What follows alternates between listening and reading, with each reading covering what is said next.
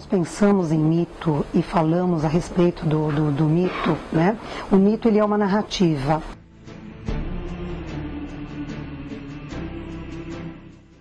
E como narrativa, em que momento ele nasceu? Qual a origem do mito? O mito se prende à própria história do homem. O mito não tem um tempo específico, o mito não é como uma história em que surge em um momento específico, em um tempo específico. O mito ele é atemporal. Desde que o homem existiu, desde que o homem nasceu, desde que o homem se constituiu efetivamente como homem, o mito surgiu exatamente como homem. Desde o momento dos questionamentos humanos, o mito já existiu. O mito ele é uma narrativa em um tempo atemporal, um momento que se diz in illo tempore, naquele momento, naquele tempo. Conta-se a história de entes sobrenaturais, a história de deuses primordiais, mas se conta sobre a origem de alguma coisa, pretende-se explicar a origem destes acontecimentos. Então, e qual é a função do mito? A função é de explicar, a função é de contar a origem de como algo aconteceu, a função de ensinar. Então, o mito, ele explica a origem das coisas, a origem do universo, a origem do mundo, a origem do próprio homem, a origem da natureza, a origem de cada coisa. E por isso o mito ele vai ser eterno, ele sobrevive a todas as coisas.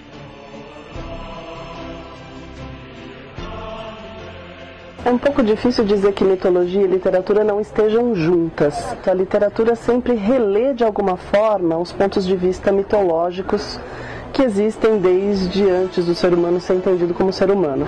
A literatura de alguma forma traz de volta esses seres imaginários, esses heróis míticos e às vezes os transforma sob outros pontos de vista. Então não dá para dizer que a literatura e a mitologia de fato sejam coisas estanques.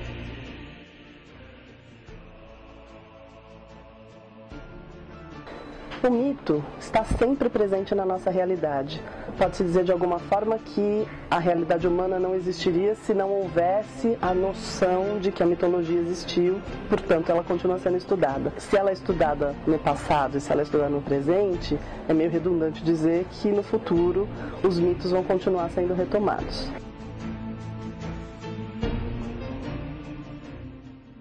Os mitos são, antes de mais nada, grandes narrativas, né? Tornam-se sagradas na medida em que essas narrativas elas são legítimas daquelas populações.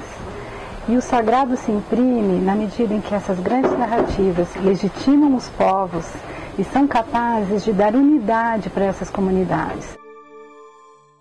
Os mitos tornam-se sagrados justamente na medida em que eles traduzem uma coletividade, uma identidade comum e podem dessa forma legitimar essas sociedades. O mito é matriz geradora da literatura justamente por se apresentar, por se traduzir na forma de narrativa. Então, os segmentos que sustentam o mito, as histórias, as sequências narrativas, as etapas, as fases implícitas ao mito, elas são universais, mas elas são basicamente narrativas. A literatura se distancia do mito na medida em que a literatura vai precisar da temporalidade para se constituir. E o mito é uma matéria e remete a um momento, a um período atemporal. Então o mito ele vai além, ele se permanece, ele é eterno, enquanto que a literatura bebe nas fontes dessas grandes narrativas, só que traduz essas narrativas na temporalidade.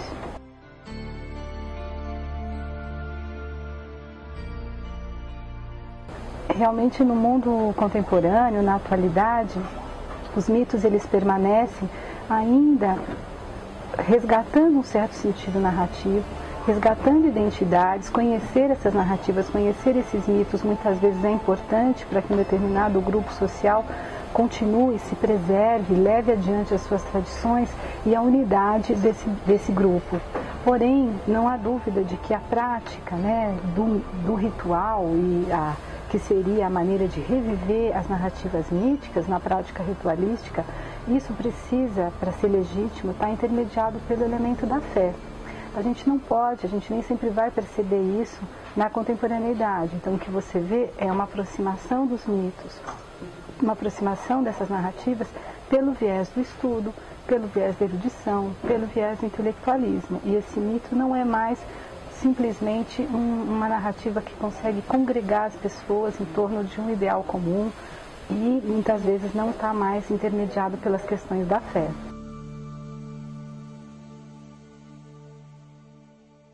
O que é o herói? O herói é aquele que passa por diversas etapas. O herói é aquele que sai todos os dias e vai cumprir as suas etapas. E o que é a jornada do herói? O que faz o herói? É aquele que sai, é aquele que vai começar toda uma iniciação, é aquele que sai para aprender alguma coisa. Ele aprende as etapas da sua própria vida e ele vai sofrer, né? Ele vai se punir ou ele vai se castigar, mas ele vai aprender. É como se tivesse todo um ritual a passar. E nesse sofrimento que vai fazer com que ele cresça e se transforme. Mas dentro do conceito clássico, o herói é aquele que se destaca. Ele tem uma força sobrecomum diante de todos.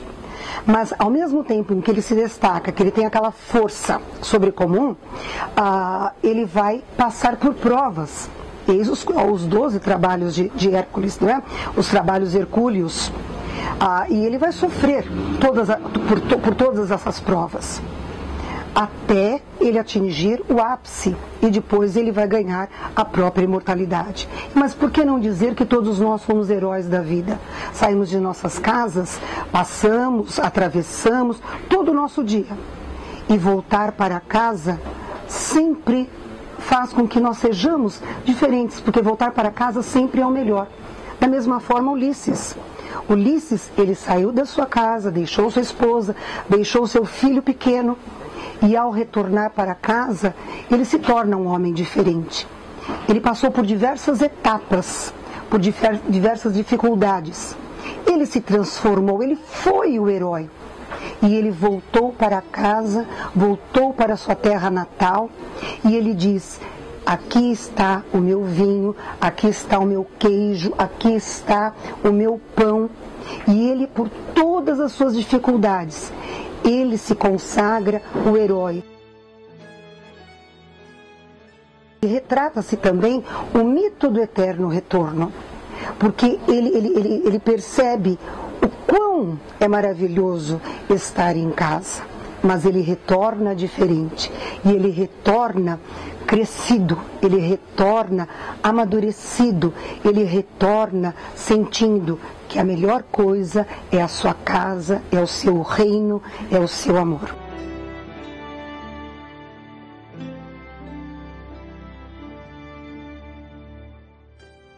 Falar do Merlin é falar de todo e qualquer mago e toda a possibilidade de magia envolvendo a literatura e envolvendo o imaginário coletivo.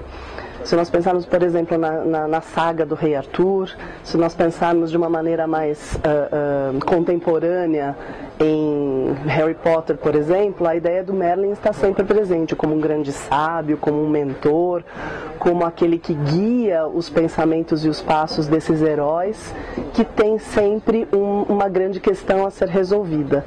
De fato, o herói acaba sendo talvez mais importante que o próprio mago, mas toda a sabedoria desse herói vem a partir do Merlin, que é a figura que traz a paciência para esse herói, que traz o ensinamento e que traz de alguma forma a tranquilidade de que esse herói vai conseguir passar por todas as etapas da sua trajetória e cumprir aquilo que lhe é designado.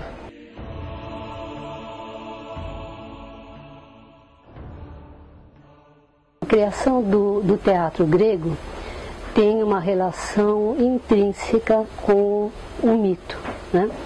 Porque o teatro surge dos rituais que eram realizados em homenagem ao deus Dioniso, ou que hoje é conhecido como, ou na linguagem romana, como o deus Baco. Então, o início do teatro está intimamente relacionado ao ritual, não é? E nesses rituais eram utilizadas máscaras, as pessoas cantavam, as pessoas dançavam, e esses rituais eram todos marcados pela ausência de limites. Então, é daí que surge o teatro.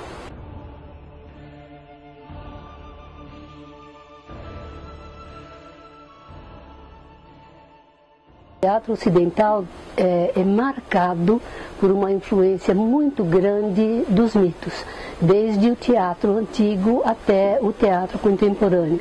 Tanto é assim que hoje há releituras dos mitos sob um ponto de vista contemporâneo, como, por exemplo, a peça O Fantasma da Ópera, que é uma releitura do mito de Orfeu, não é? E no Fantasma da Ópera, o que a gente tem? A gente tem uma descida da protagonista, que é a Christine, aos infernos. Ela passa por um ritual de passagem até ela poder voltar de novo ao palco, né? Então, o Fantasma da Ópera, portanto, é uma releitura do mito de Orfeu.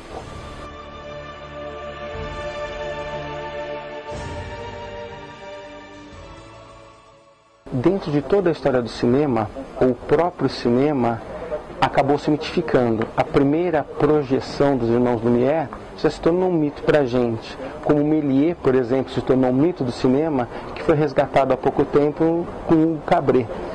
E nós temos vários exemplos. A Odisseia de Homero foi refeita no cinema algumas vezes. O próprio Prometheus, agora do Ridley Scott, retoma a questão do mito de Prometeu. Quando a gente pensa num grande sucesso de bilheteria como Caçadores da Arca Perdida, nós temos a Caixa de Pandora e entre inúmeras outras questões de mitos, não só da antiguidade greco-romana, mas inclusive mitos religiosos, por exemplo, no caso do Indiana Jones, o próprio mito do cálice, que é uma questão que é discutida também, por exemplo, no Código da Vinci, entre outros filmes que estão por aí habitando o nosso cotidiano.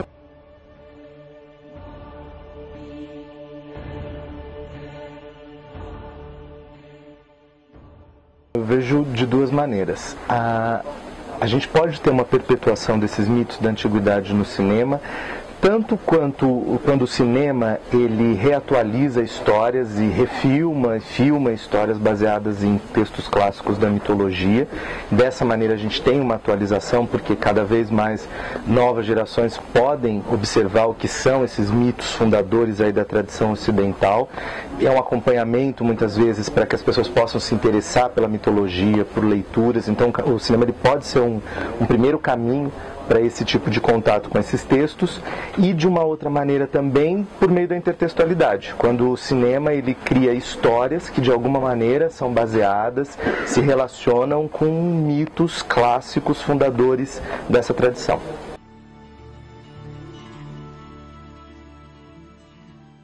Eu acredito que a ideia dessas histórias serem longínquas ou distantes do mito, na verdade acaba sendo quase um mito, porque o que aproxima essas histórias do público atual é justamente o caráter mítico delas. O mito, em verdade, a gente pode dizer que ele seja universal, mas ele é temporal.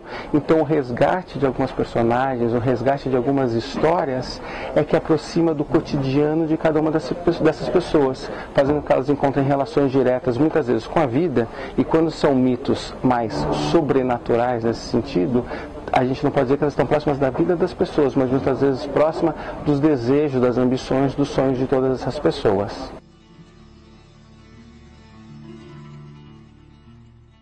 Pode considerar a ideia de mito colocando o foco bem nessa tradição clássica greco-latina, o que tradicionalmente a gente chama de mitologia clássica ocidental, e a gente também pode entender essa ideia do mito como figuras, como símbolos que são criados constantemente ao longo da história e que de alguma maneira representam uma época, têm a força de criar simbolicamente uma imagem.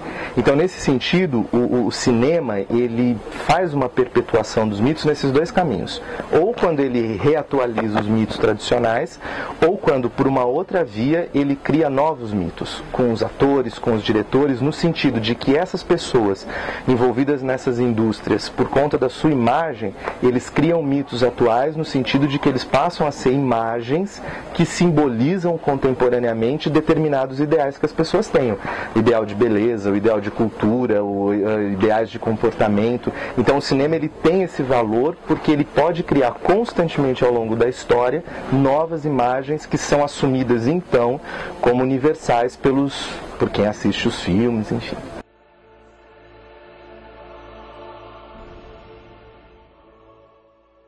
Na relação com a escultura, mas principalmente pensando o mito hoje, né?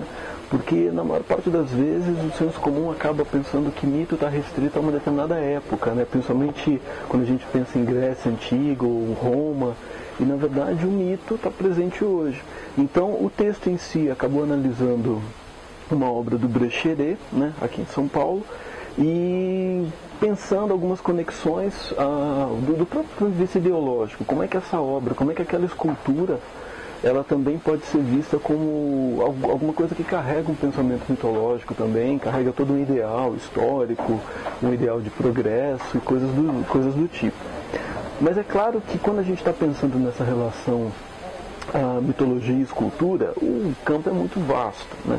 A gente pode até pensar em grandes festas populares, por exemplo, como o próprio desfile de escolas de samba, que você tem alegorias gigantescas e ali você tem uma discussão também que pode ser empreendida em relação à mitologia. A gente até pode pensar o próprio cinema contemporâneo, a relação desse 3D agora que está sendo muito disseminada e bastante utilizada. Então a gente também pode pensar o próprio 3D como um tipo de escultura também, que também pode ser desdobrado nessa relação entre mitologia, né? Mas o mais importante, o nosso foco, na verdade, no texto, foi pensar essa relação trazendo um pouco para o contexto comunicacional, né? É justamente, a gente estava falando sim de escultura, estava falando dessa relação com a mitologia, mas prestando atenção nas questões comunicacionais.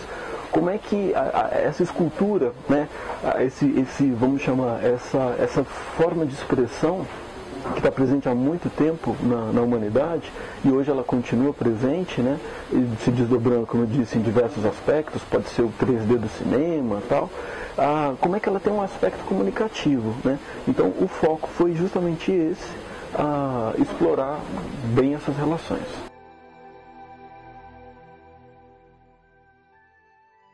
Bonfim, ao escrever o livro da mitologia, ele também quis transpor esse universo de deuses e de heróis, né, em uma linguagem, eu posso dizer que até em uma linguagem erudita, mas em uma linguagem mais simplificada. Ele procurou relatar todo este universo mítico e ele quis, de uma forma até didática, quis ensinar os mitos.